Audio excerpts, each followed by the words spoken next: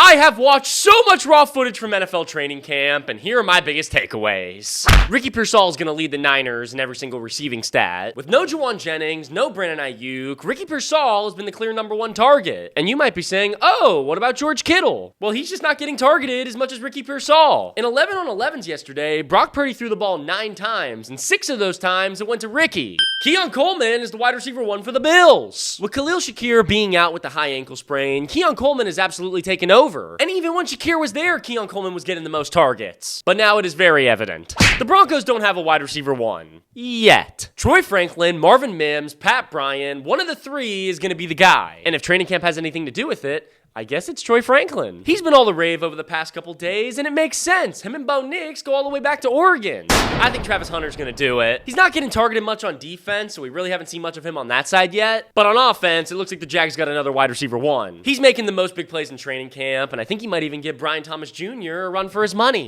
Don't try to pick a #1 target in the Packers offense. There isn't gonna be one. I mean, obviously there's gonna be one because that's just how math works, but it's not gonna be a big enough difference to matter. Jaden Reed, Romeo Doubs, Matthew Golden, Christian Watson, Dontavian Wicks, Savion Williams, Tucker Kraft, Luke Musgrave, Josh Jacobs. If I look at the week 1 box score and every single one of these guys catches a pass, it would not surprise me. CeeDee Lamb and George Pickens are going to be a top 12 wide receiver duo. The 2 of them have been lighting up the Rams defense in joint practice, and I think we're sleeping on them. And not as much CeeDee Lamb, but more George Pickens. People don't realize he's never had a good QB, and yes, Dak Prescott is a good QB. Tedero McMillan is going to get so many targets, but he's also going to have a lot of drops. Bryce Young has been targeting him the most by a long shot, but a lot of those passes are ending up in the grass. And you know, if you're going to drop the ball, the best time to do it is in training camp, but still, he's dropping the ball.